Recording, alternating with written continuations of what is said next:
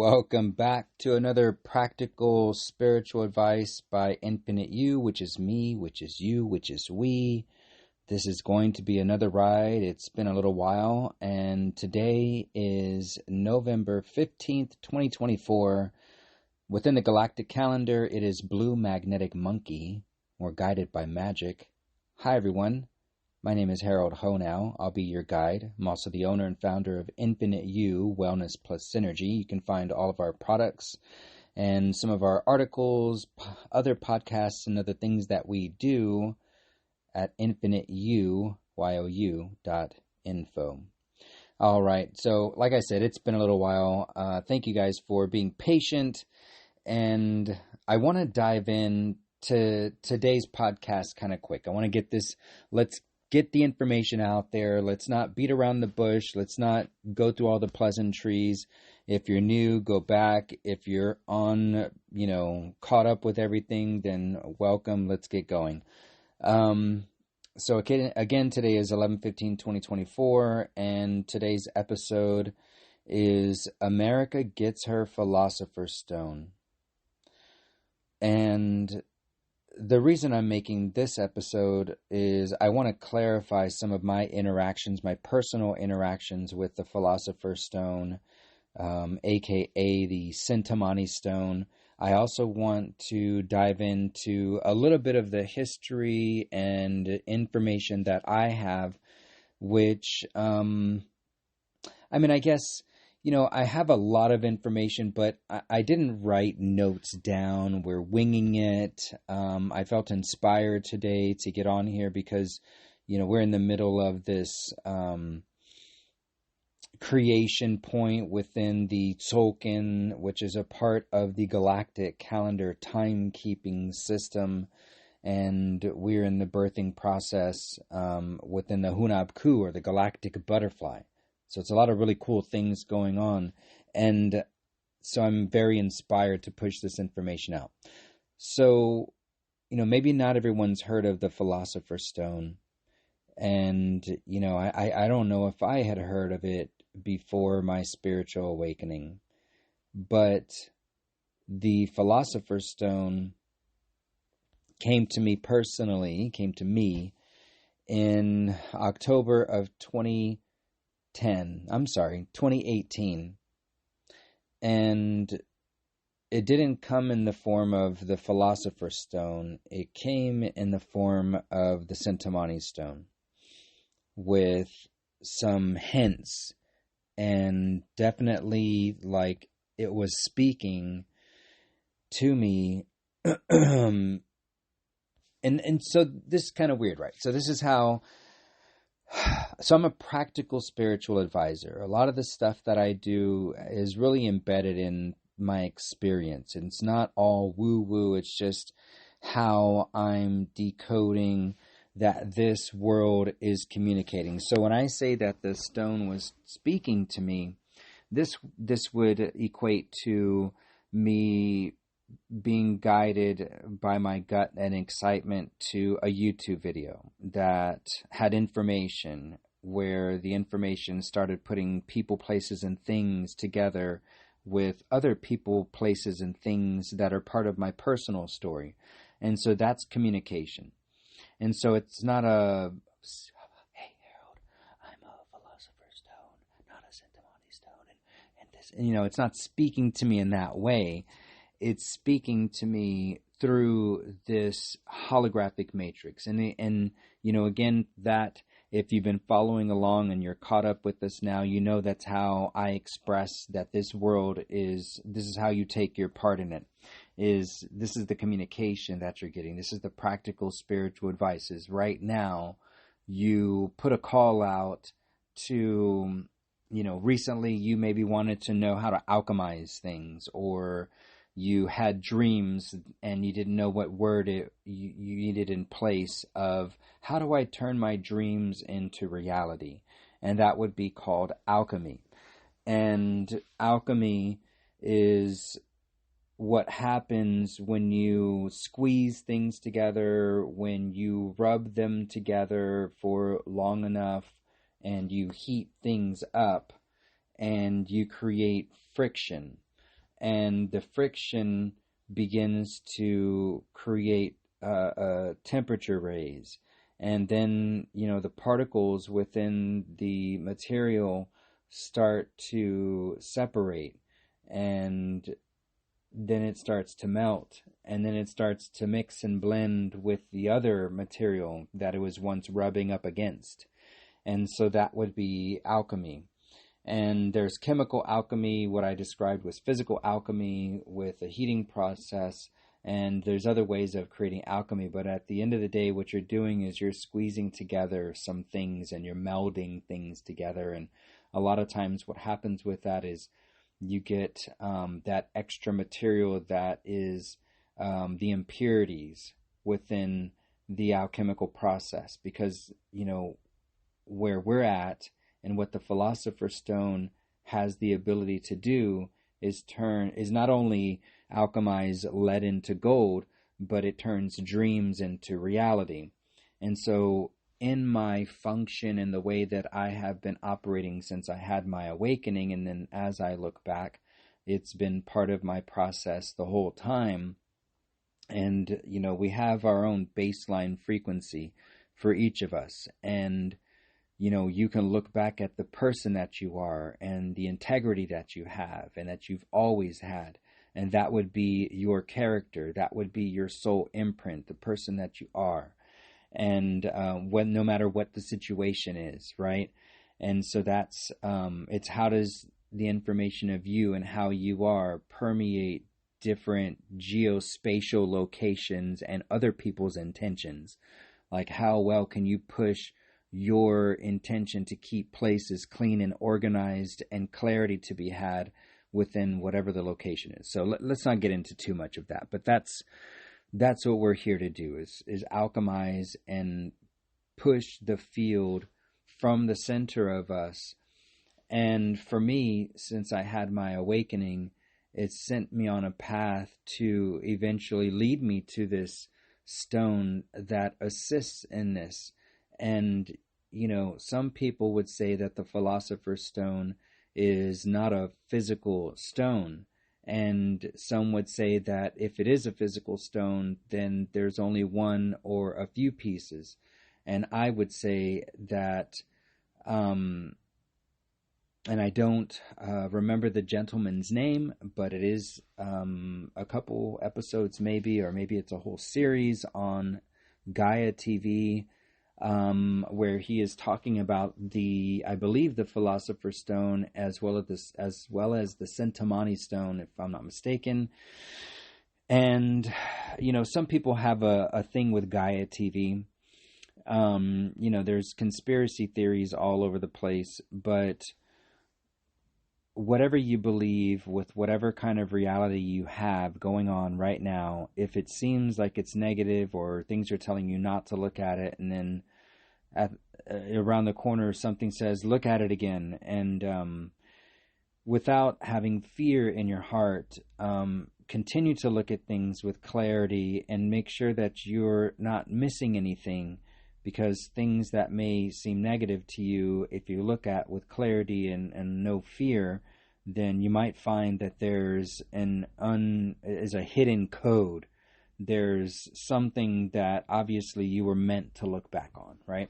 So don't discount yourself in the things that happen. They're not always there to directly test you, to put you in a negative space. Oh, I don't want to go through that. It's actually there to guide and show you that there is something else that needed to be squeezed out of whatever that experience caused. And the first point would be not to dive into the emotions, would be to stay stoic.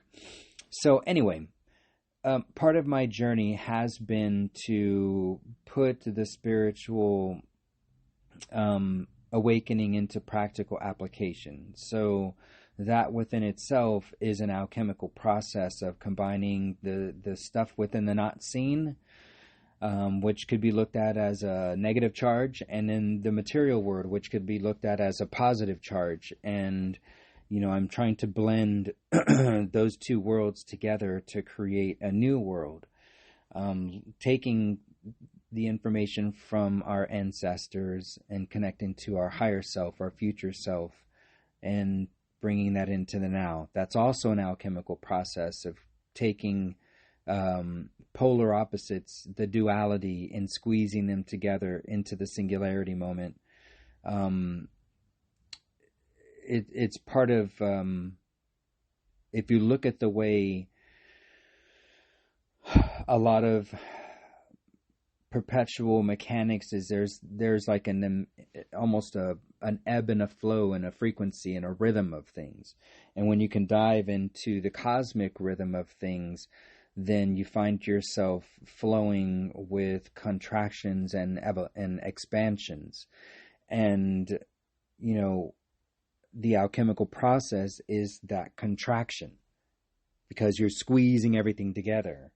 So when you find yourself within the rhythms of things and you honor that, which my journey, and again, and it may seem like we jumped off the point of the Philosopher's Stone, but I'm telling you all this, I'm saying all this to express that within my knowing and my being, I was the Philosopher's Stone.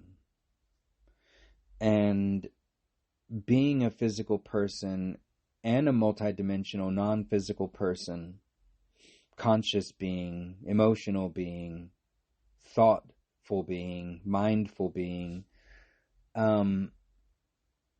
it manifested a physical stone. And because of my desire to assist more than just myself, and not just, you know, like it starts from me, then it went to my creations, which are my children and my, you know, having my family and their children, my nieces and nephews, and all the way down the family line. And also knowing that they were going to take part in a world with a lot of other beings. And so now it's like, well, shit, now we have to imagine and dream a world where all the people that are encountering each other are in their heart space, are in their space of clarity and coherence, and are effective with their communication and the way that they listen and the way that they walk and talk and be and clean up after themselves and take responsibility for their creations and whatever that may be, and to be a good steward of this planet. And so that's the opportunity to alchemize, and that's the dream that I have. And so the stones, to me, really didn't make their presence until 2018. And I am sure, because I had my awakening in late 2010, that I had heard about the Philosopher's Stones. And, I've been making orgonite pendants, which are a bunch of crystals, for years before these stones came to me in 2018. Roughly 6 years, maybe 5 to 6 years, I was already making orgonite pendants, playing with crystals, hearing about them, learning about them. And because I feel, and this is just my own gut, my intuition, and this just it's what makes sense for me, when I wanted to combine nature with the public school system, and things just led that way, or just I wanted to add nature to our neighborhood, and the magic and the alchemy process sent me to the school, and to be in a space of solution-based thinking, and not sitting in the space of bitching about everything and complaining, even though I could do that and I could vent.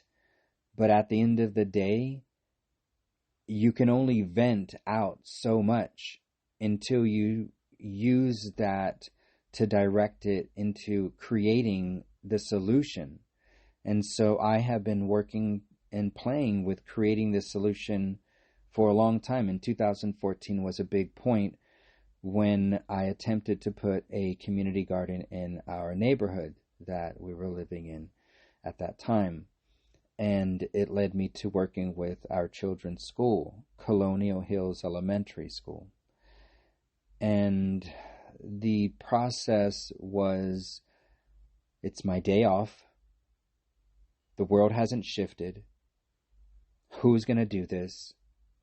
My children's lives are not at stake, but there's an opportunity. There's just this plain, blatant, obvious opportunity to be the change that I wish to see in the world.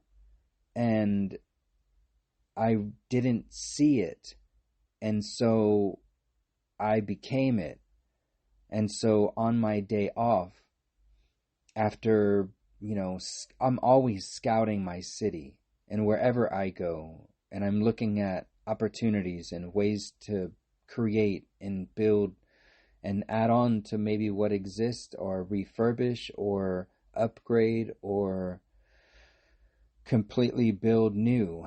But as I have, really dove into that after I had my awakening in Sedona, 11/11/11 trip inspired me. I began to look at everything in that way. And so after 11/11/11, that has been my process, is solution-based thinking. What can we do to connect people, to give people healthy food, healthy information, learn about how to harvest water, how to lighten your footprint, how to reuse, recycle, upcycle, build new things from trash. And, through this process, I've seen so many new innovative technologies and products come onto the market that assist in this ascension process and are the beginning, phases of this shift. And so as I learned about these things, and I saw an empty, it was just grass, right? It's just grass that led to nowhere. And it was just taking up space on the corner of a block in my neighborhood. And so on my day off, I walked and talked to everyone adjacent to the property that had, a yard that was touching where the property would, if we wanted to put a food forest or a community garden in the space, if it bothered them or whatever, if they had any objections or if they wanted to help out. And so that day I learned a lot about, that property from the neighbors. I learned who owned it. I learned who cut the grass. Everybody was a green light except for one guy. I think he was just having a bad day. And so I moved on with the project and started looking up organizations that help community gardens. I don't even know what question I asked, if I Googled it, if I did it on YouTube, or, I don't know how I found Green Spaces Alliance, but I did. And Michelle Gorham was working with the organization. It's a nonprofit. And at that time, they had already assisted 40 community gardens to be created within the city, and they had a really beautiful blueprint and community gardening 101. And so this connection and whatever was sparking with our conversations, and me just logically thinking what would be the next step. And since our children's school was a block and a half away, I reached out to the school and asked to have a conversation with the principal. And when I did, she arranged a meeting with me, her, and the coach, Coach Terry Pitts, in order to discuss them winning $20,000 to build their own garden on the campus. And I didn't even know about that, and which is crazy because I should have. Our boys were going to the school. They came home with Team Up Challenge t-shirts on. Maybe I did hear about it. I don't know.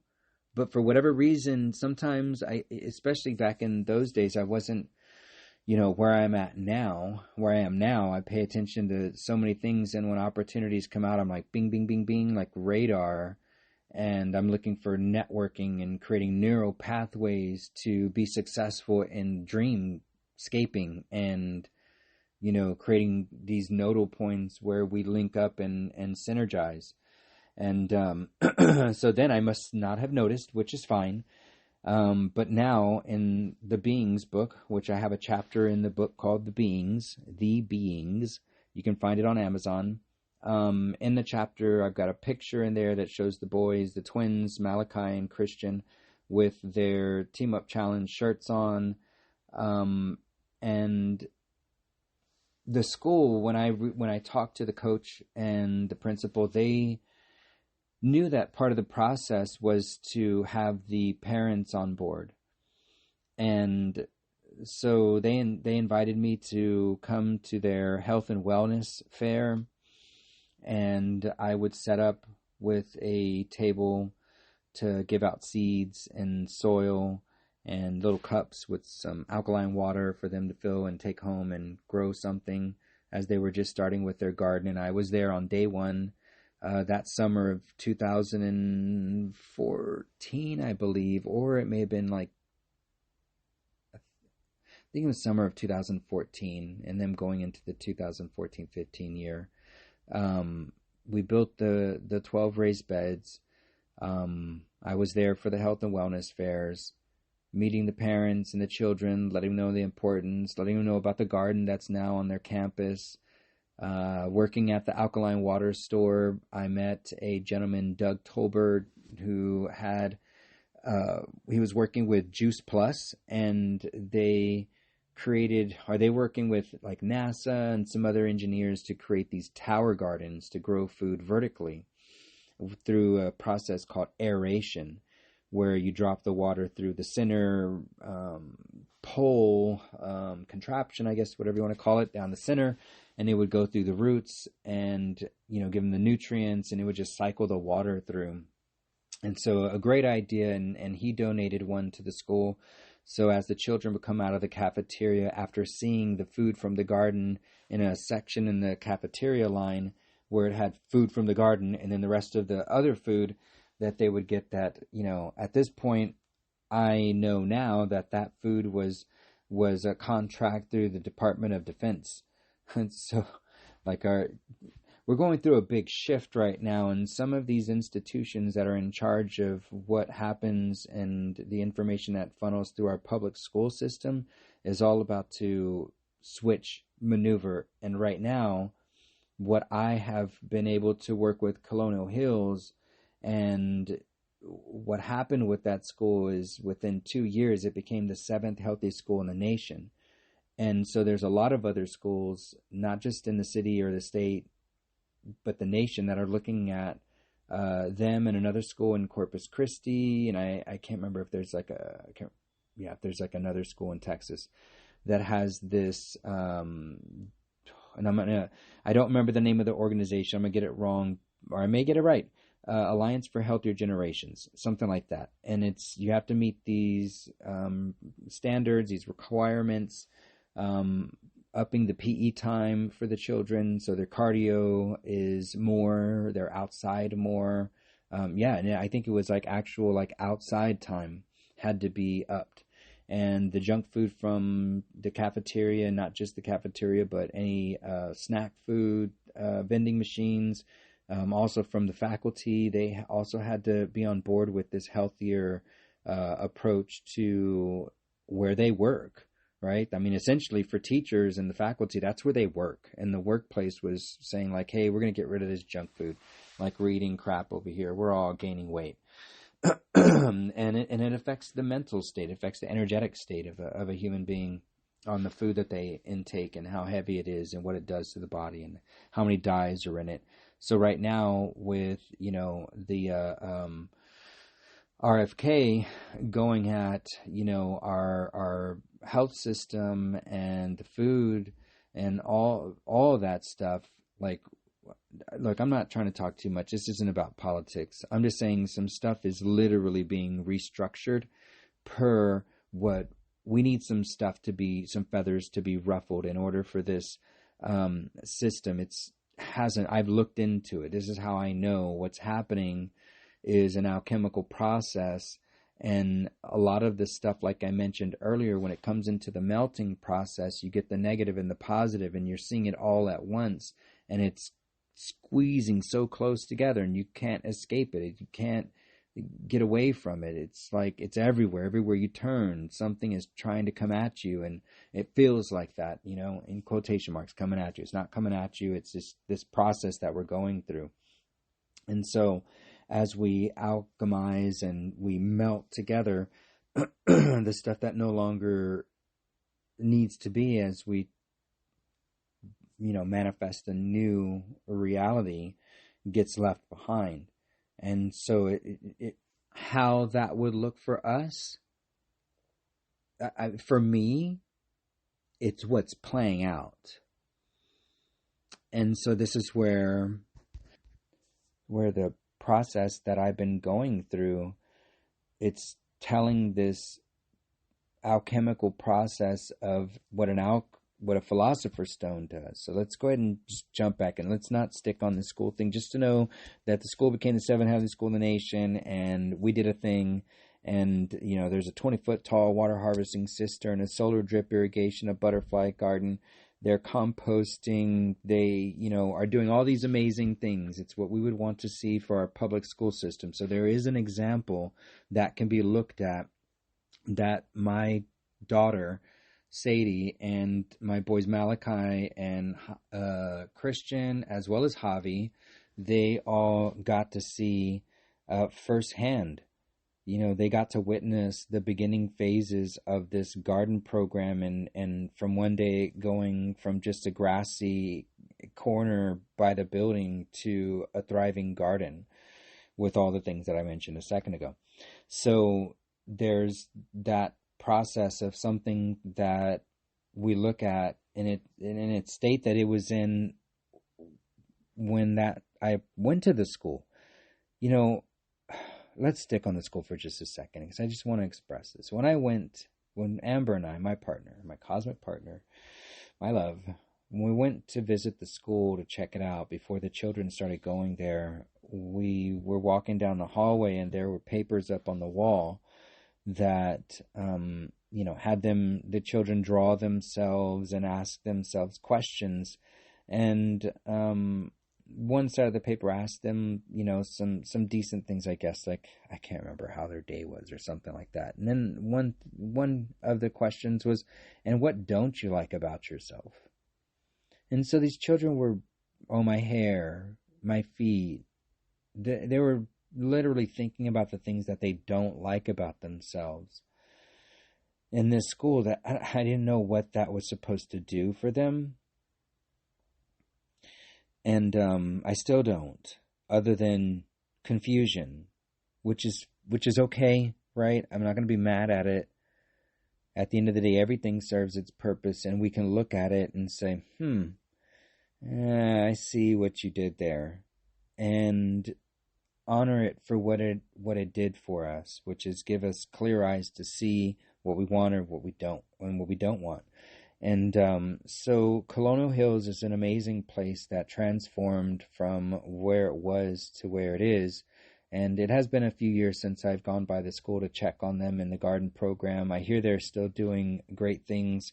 The principal has changed. The coach is no longer there. So this would be a really good thing for me to do, to go back there and check in with the school to find out where the students are, where the faculty are. Are they keeping things up? Have they slipped? Are they better? Are they the same? What's going on?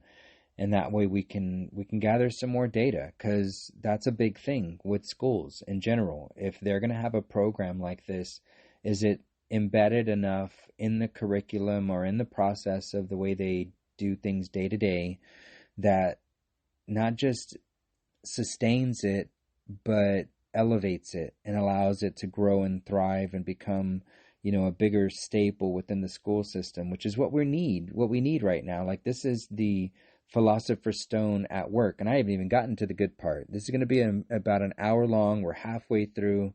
I got you to the point of what my desires were as a human, to go out and put my imprint into the world to put nature to help my children, not just them, but their classmates, which are their peers, which if the peers are, struggling with self-love and anger and trust and all these things, then how are they going to be to my children, to our children?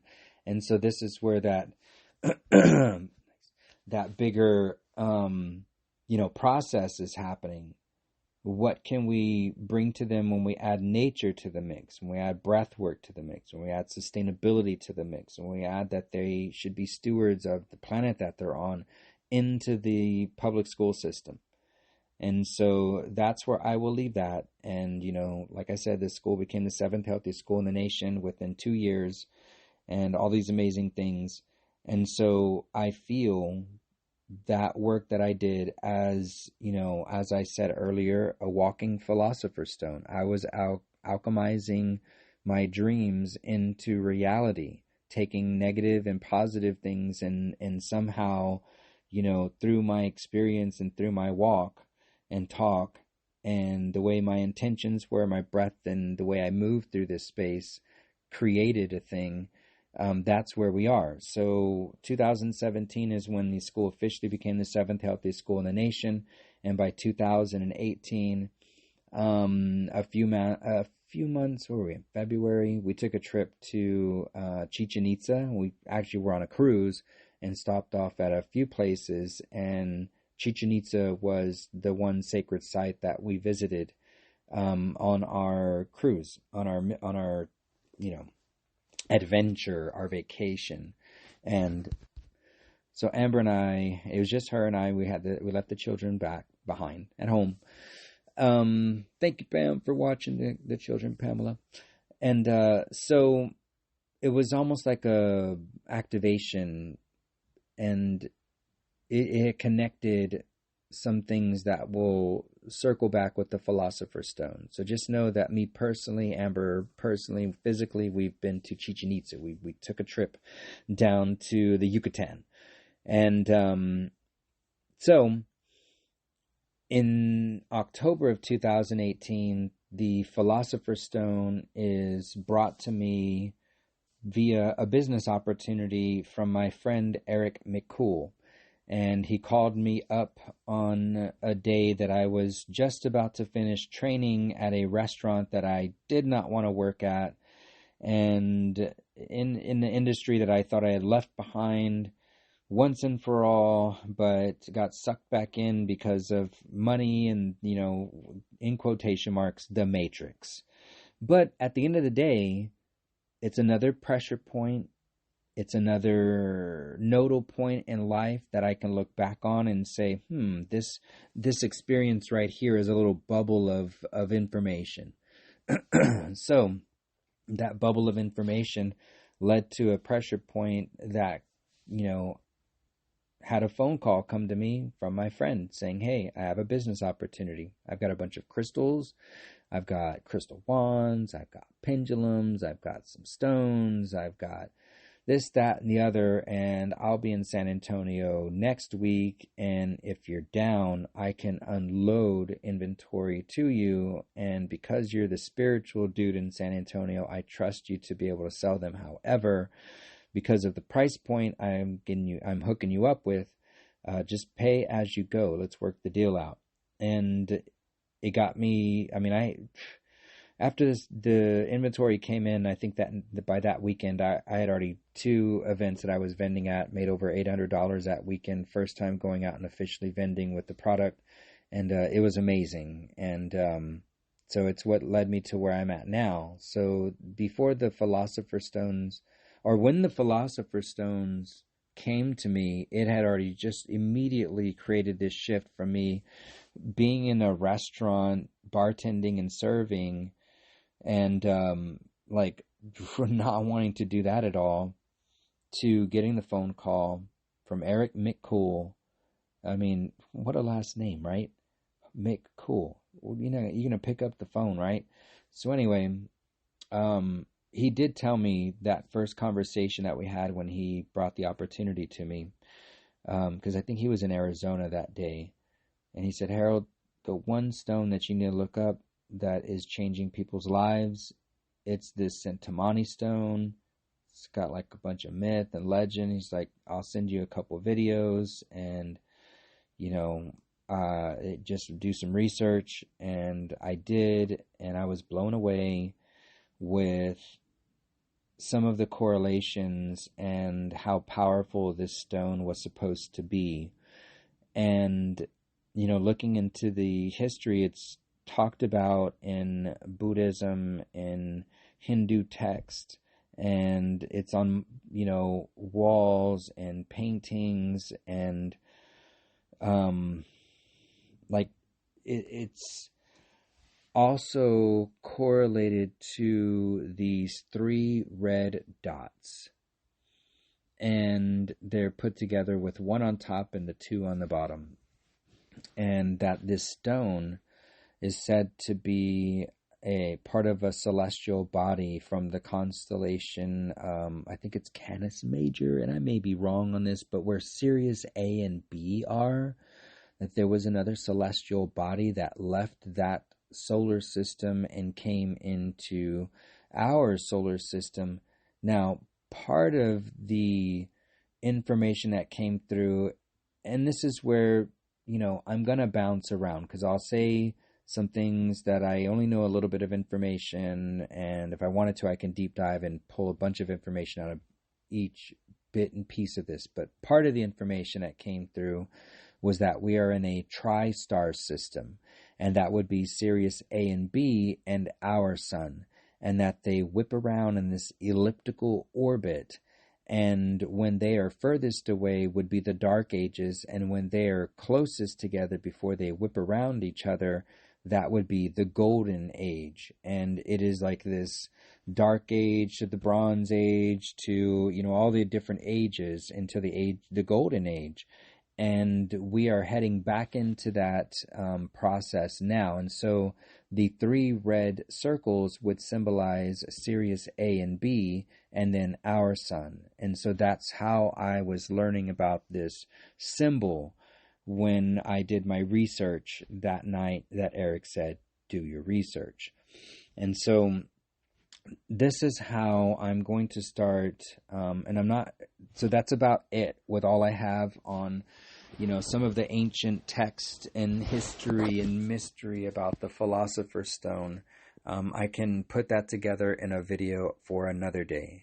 But again, this is about my practical application and my practical story of my interaction and experiences with the stones. And so as the journey goes, the stones hadn't even made it into my hands yet before I started piecing together really big synchronicities, because a lot of these beings that held the stone were bits and pieces of all the different spiritual information I had been learning along my path.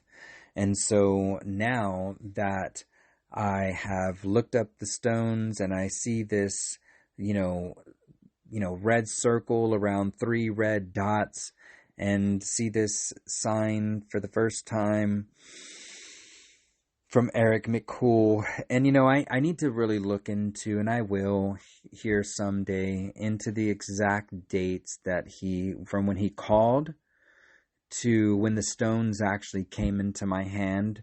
Those 2 dates I don't have dialed in exactly right now, but within this process, whether it was before the stones officially came into my hand or they had just arrived into my hand, on Halloween of 2018, so that's October 31st, 2018, maybe a few weeks before, I was scheduled to drop off a Moringa oleifera tree, a miracle tree, to the Circle School on the other side of Broadway Road, Broadway Avenue? Broadway, whatever you want to call it, here in San Antonio. Whitty Museum is on one side of Broadway, and on the other side, a block in, you've got the Circle School. And this Circle School, if you dive deep enough into the information that I put out, whether it's through TikTok, whatever these videos that you can tap into the stuff that I have, you'll find this symbol, and you may see a picture of me with a miracle tree because I got someone to take a picture. I was like, what? So that sign, that 3 red dot sign that I had just researched, and I feel, and I say this and when I tell this story, is about a week before. It's probably, maybe Eric was coming in that day or the next day or like something, or had just come in. But about the week before I show up to the Circle School and see that banner piece, I'm driving up to this school with the miracle tree, and I'm witnessing this. What's now I know it's called the Banner of Peace. These 3 red dots with a red circle uniting them or circling them, and it's on 3 metal signs in the front yard of this, small private. It's a private school. It's in this kind of like a large house setting. And the children are playing. Look like they're just free to roam wherever or whatever. And I feel the energy of this institution. And, I'm already blown away because I had just seen that sign, a week before. And now I'm here. And I'm like, what? Okay. And I've got a miracle tree in my hand. And the person I'm there to meet, Christy Martinelli, is volunteering, I believe, there and helping with the garden program. So I'm dropping this off to her, and I'm like, what do you know about this sign right there? And she's like, oh, this school is inspired by the teachings of Nicholas Roerich. Now, I didn't mention this earlier, but when I was doing my deep dive into the Philosopher Stone and the Centimani Stone, it led me to Nicholas Roerich, who, out of the people that were said to have been either hunting the stone down or have the stones in possession, that he was one of the main ones that was trying to create world peace with these stones. And so he's got an entirely his own story with Nicholas Roerich and the Philosopher's Stone and the Centimani Stone or Shintamaniya Stone. You can deep dive in many different places and find the connection between that person and his connection to the stone, and Shambhala and America's president FDR, paying and funding Nicholas Roerich, this Russian mystic, during the 1930s to go find drought-resistant crops. That was the cover story. And I believe and I feel that the undercover story was they sent him to find Shambhala in order to find America's Philosopher's Stone. And I don't know what happened with all of that, but what inspired the world were museums from this gentleman. From whatever work he did, things came back to America, and we were able to get out of the Great Depression. There were just so many things that happened after his expedition, and anybody can go and do a little bit of a deep dive on that, I think, and find some of these dates and then look back at America's history and see how some things started shifting when he went on these expeditions and came back. The WPA was created, and that's an organization that got us out of the Great Depression, where they hired millions of Americans to put them back to work, even artists and performers, in order to, rebuild or build America. And so that's when we had a big influx of the roads and this industrial thing that happened from the 30s in through the 50s and 60s. There was an influx of infrastructure that was built across the lands to tie us all together with highways and build all the cities for cars and really, taint the direction of water flow. And so there was something that was hijacked and something that good that came out of it. So all these things will come to light, and I have some of the information, and this is part of, why the title is America Gets Her Philosopher's Stones Back, or Stone, is I don't know if Nicholas Roerich was successful. there's no tale of that. The trail goes dry after he comes back in my story, in my awareness. And so I'm going to do my part. We'll make some new episodes and we'll update you as we learn more. But as of right now, San Antonio, it has been dubbed and called a cosmic city for 12,000 years.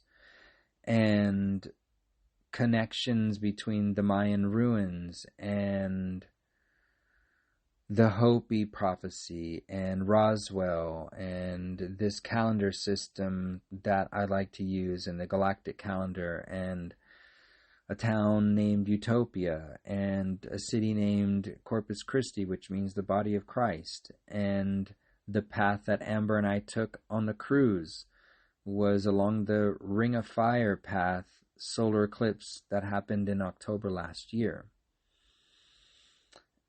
And I don't want to make this a 2-hour-long episode because there's a lot more information within this journey that would validate how important what was done, like what we did with the Philosopher Stones, that was not part of the mission. It's not something that I was looking for actively, but like I mentioned before, it's something that I was being.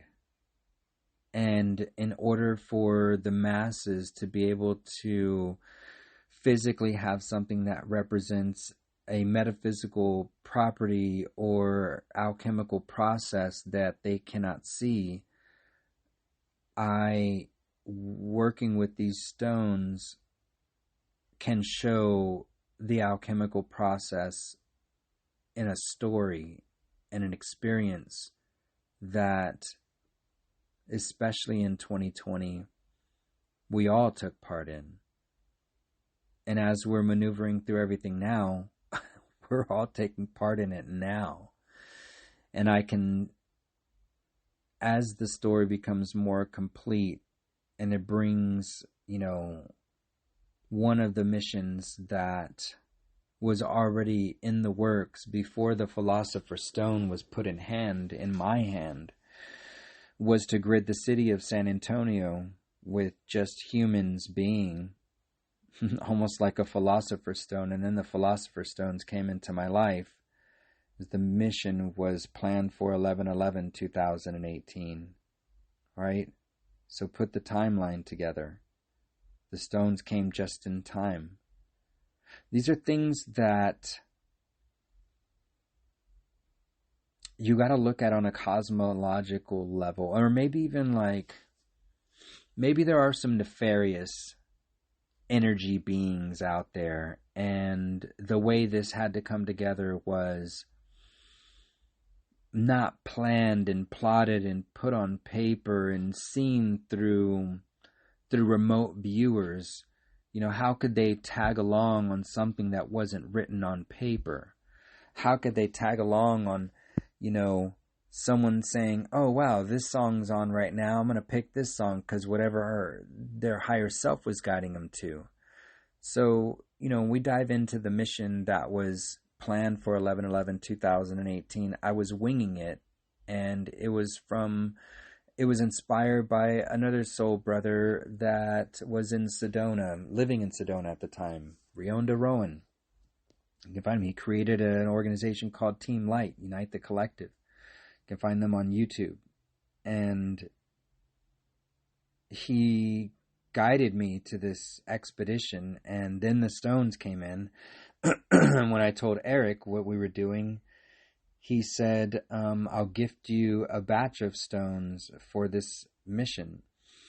And so he did, and we positioned the stones on the four corners, the four directions of San Antonio, about in between 6 to 7 miles out from the center of downtown, and pretty much the Alamo. And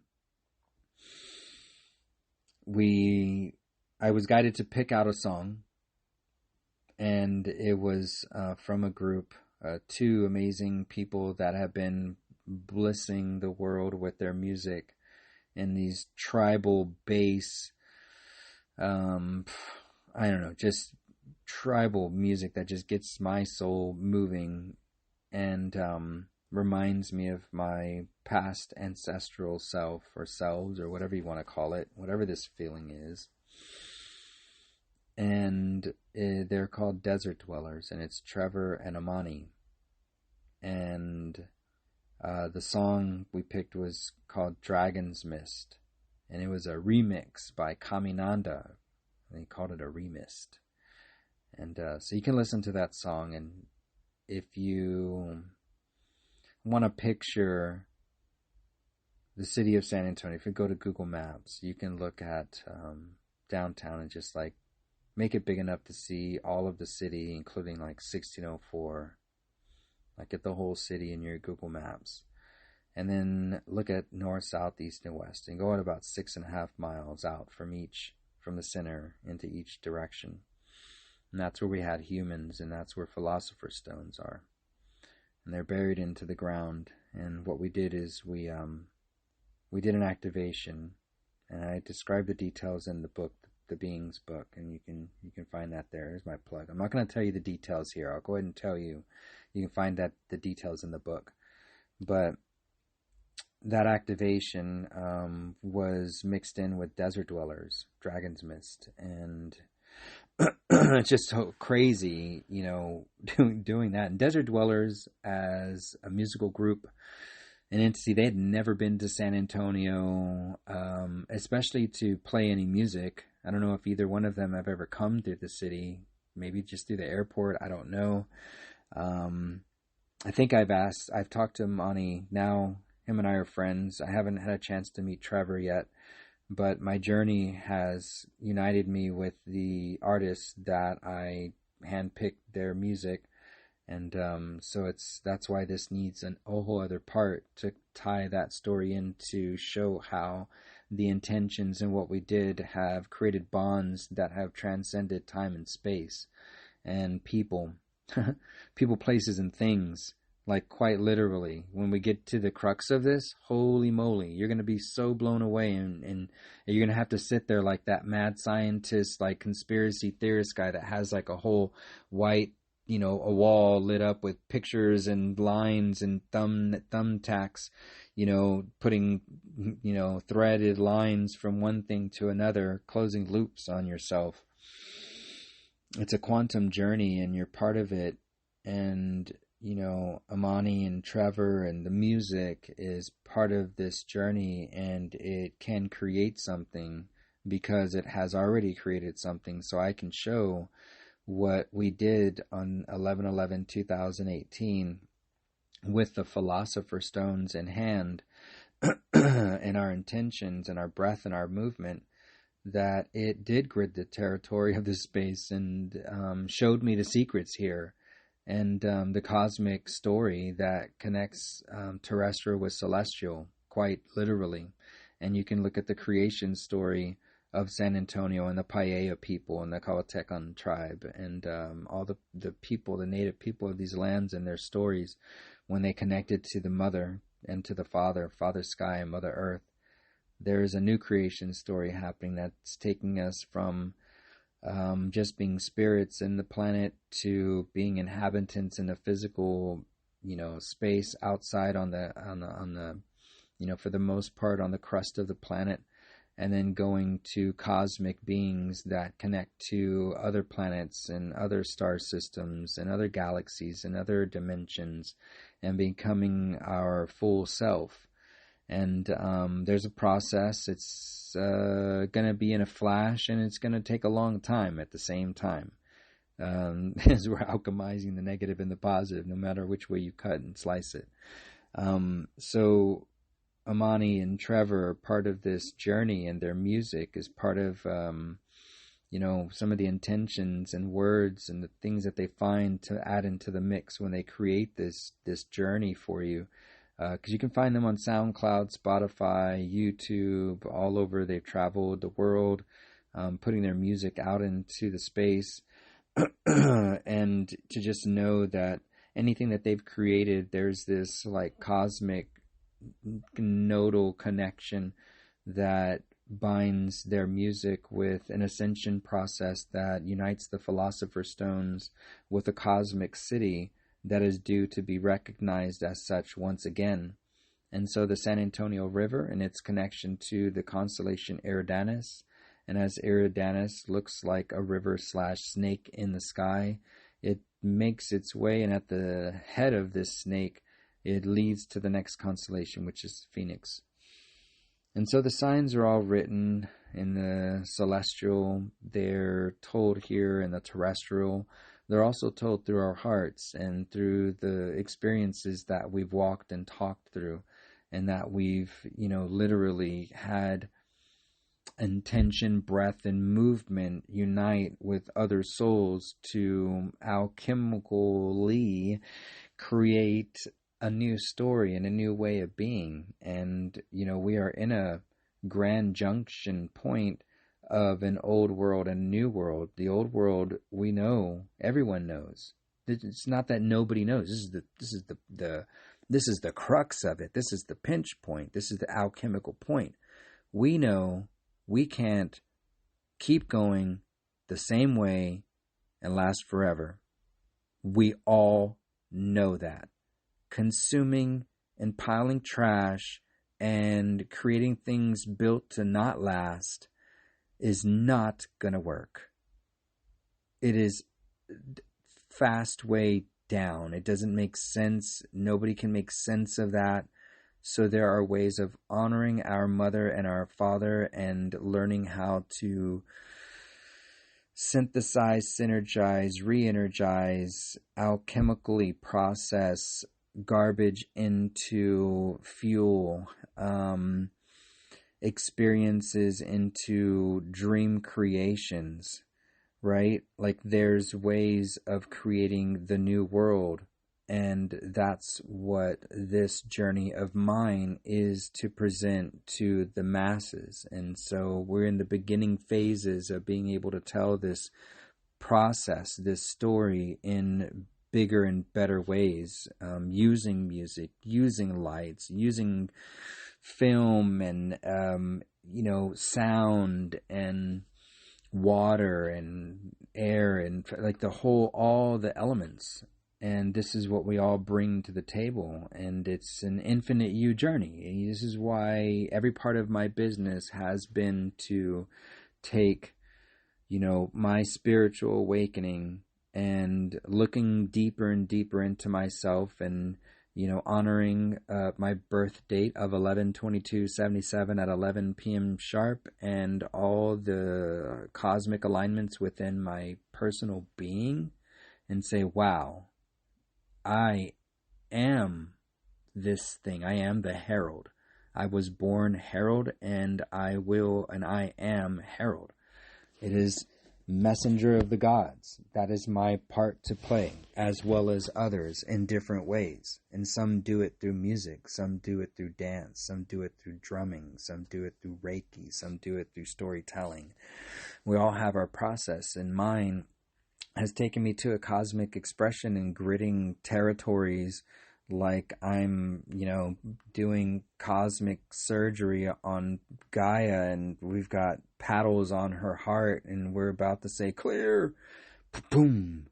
And we're doing this and that would be the information coming from the Hunab Ku, the galactic central sun. It's a cosmic flash of information. I mean, what are you sending to the heart when you do that electrical thing? That's, the electrical code through the paddles is just like a shock of light. It's a shock of information, shock of codes. And so we're doing a solar pedal flash, thing here on planet Earth.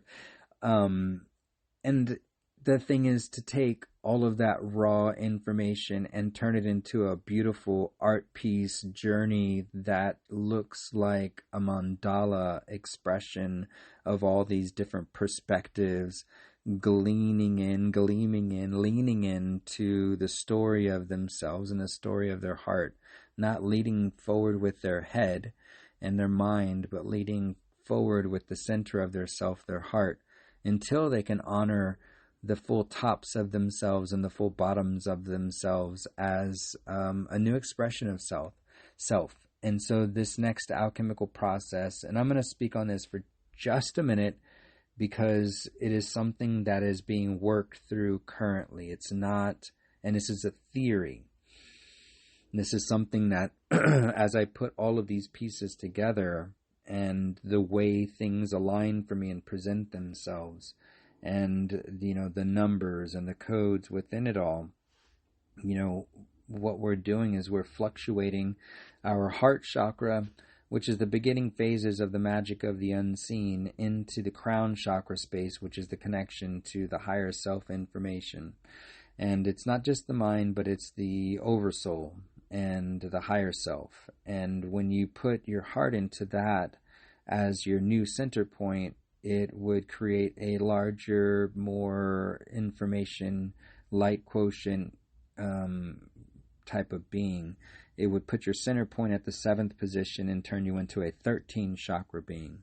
And this is why that number 13 is so special, is the completion of honoring all of the 12 and then creating that new space to jump off of. It's the completion. And so San Antonio being the 7th largest city in the nation, and I call it the 7th tone, I'm asking for us to fluctuate our hearts into the 7th tone. Means we are going forward with our plan to put gardens in all the schools. And now that the fluctuation is in full expression, we have an opportunity to add our light into the mix as the process goes through. And so for parents to reach out to your local school and find out if they have a garden program, the data needs to be collected, and we want the people that are willing to go out and find the data to bring the data back to whether it's the Food Policy Council of San Antonio. You can also bring it back to my company, Infinite U, at infiniteu.info. Sign up for the newsletter. There's ways to keep in contact with us and send us messages. You can also find us on our different social media platforms. If you want to make sure that you get the message read back and answered, go through our Instagram messaging platform where my partner gets to see that as well. And she keeps me intact with responding and not just doing a million and one things and letting all these things fall off to the wayside as I just blast through and break through barriers for you and I, so that way we can have a world that includes honoring our ancestors. And how do we communicate and work with Mother Earth, and also honor our higher self, our future self, as we connect into this higher plane of existence and expression, where we no longer need to have the duality of the negative and the positive, as we've just started anew. And so until we get back up into those higher realms of this next platform that we are moving into, we can be in this space of like fresh and just like blossoming out of a new expression, and we can create it in the direction that we want it to go. So as things tear apart, let's keep in mind the new world that we're alchemizing. And this is my story. And again, I'm going to have to do a part 2 on these Philosopher Stones. And so I may rename this to America Gets Her Philosopher Stone Part 1. And the next part, we'll dive into where the Philosopher Stones went after we gridded San Antonio and whose hands they may have made them into and why this is part of a thing. So I'm going to go ahead and end the episode here. And again, until I can get to that next episode, I want y'all to really focus in and know, and just know, have this knowing within your gut, within your intuition, that the world that we are co-creating together is the desired timeline. And there's all these different ways that we will be showing you that it is validated and it's fact, and all the new hardware, the new calendar systems, the new ways of being, the new ways of synergizing and collaborating and co-working together, right? Like coming together to create the programs and the projects that we need to put gardens everywhere, food everywhere, get the homeless the help that they need, the mental help, the financial help, the resources, are about to be freed up. And just know that that is the direction that we're going. The Philosopher Stones, the stones that turn your dreams to gold, are in places all over the planet. And, you can do your own research or wait until we get the next episode and I'll dive into more of this. So with that, I want y'all to love always in all ways. Peace.